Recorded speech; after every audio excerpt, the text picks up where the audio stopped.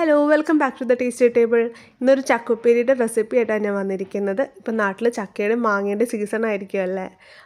അപ്പോൾ എല്ലാവർക്കും ഈ ഒരു റെസിപ്പി ട്രൈ ചെയ്യാം. വളരെ പെട്ടെന്ന് നമുക്ക് ഉണ്ടാക്കിയെടുക്കാൻ പറ്റും. അതുപോലെ വളരെ കുറച്ച് ഇൻഗ്രീഡിയൻസ് മാത്രം മതി. അപ്പോൾ നമുക്ക് എന്തൊക്കെയാണ് നോക്കാം ഇൻഗ്രീഡിയൻസ് ആവശ്യമുള്ളത്.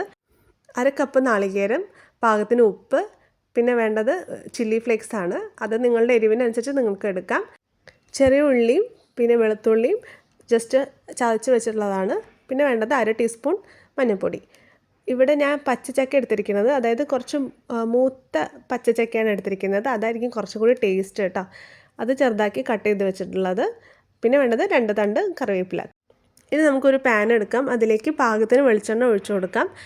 എന്നിട്ട് നമുക്ക് ചതച്ച് വെച്ചിട്ടുള്ള ചെറിയുള്ളിയും വെളുത്തുള്ളിയും ചേർത്തിട്ട് നല്ലോണം സോട്ട് ചെയ്ത് കൊടുക്കാം. ചെറിയുള്ളിയും വെളുത്തുള്ളിയും ഒന്ന് സോട്ടായി വരുമ്പോൾ, അതായത് ഒന്ന് മൂത്ത് വരുമ്പോൾ നമുക്കിതിലേക്ക് നാളികേരം ചേർത്ത് കൊടുത്തിട്ട് അതും നല്ലോണം സോട്ട് ചെയ്തെടുക്കാം കേട്ടോ.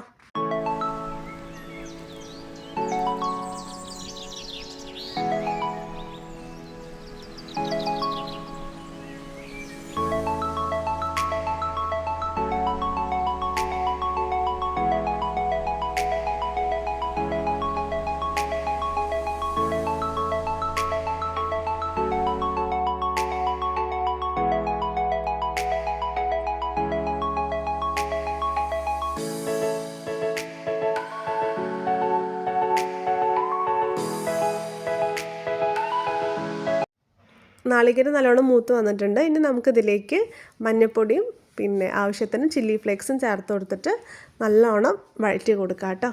ചില്ലി ഫ്ലേക്സ് ആഡ് ചെയ്യുന്ന സമയത്ത് ഫ്ലെയിം എപ്പോഴും കുറച്ച് വെക്കണം, അല്ലെങ്കിൽ അത് കരിഞ്ഞു പോകാനുള്ള സാധ്യതയുണ്ട്.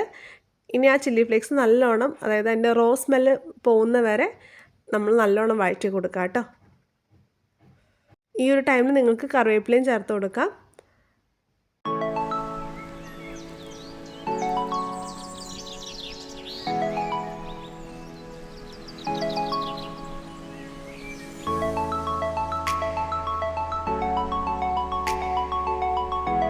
ഇനി നമ്മൾ കട്ട് ചെയ്ത് വെച്ചിട്ടുള്ള പച്ചച്ചക്ക അത് ചേർത്ത് കൊടുത്തിട്ട് ആവശ്യത്തിന് ഉപ്പും ചേർത്തിട്ട് നല്ലോണം മിക്സ് ചെയ്ത് കൊടുക്കാം. ഈ ഒരു ടൈമിൽ നമുക്ക് വെള്ളം ചേർക്കേണ്ട ആവശ്യമില്ല, കാരണം ആ ഒരു ആവിയിൽ തന്നെ ഇത് കുക്കാണ് ഈ നമ്മൾ ചേർത്ത് കൊടുക്കുന്ന ചക്ക. ഒരു 10 മിനിറ്റ് കഴിഞ്ഞ് നിങ്ങൾക്ക് വേണമെങ്കിൽ ഒരു 1/4 കപ്പ് ചൂടുവെള്ളം, അതായത് ചെറു ചൂടുവെള്ളം ആയാലും കുഴപ്പമില്ല, അത് ജസ്റ്റ് ഒന്ന് നമുക്ക് ചേർത്ത് കൊടുത്തിട്ട് ഒന്നുകൂടി കുക്ക് ചെയ്തെടുക്കാം. നല്ലോണം നമ്മൾ മിക്സ് ചെയ്യണം കേട്ടോ.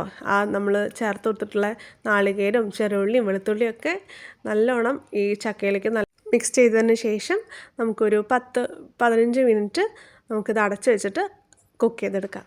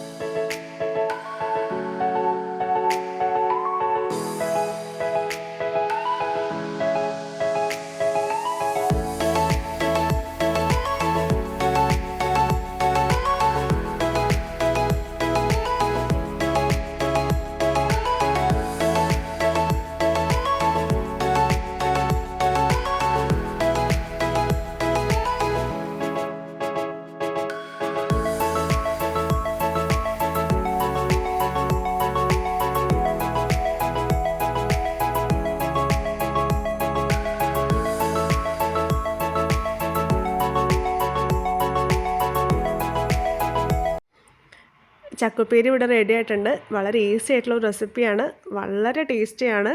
എല്ലാവരും ഈ ഒരു മെത്തേഡിൽ ട്രൈ ചെയ്ത് നോക്കണം.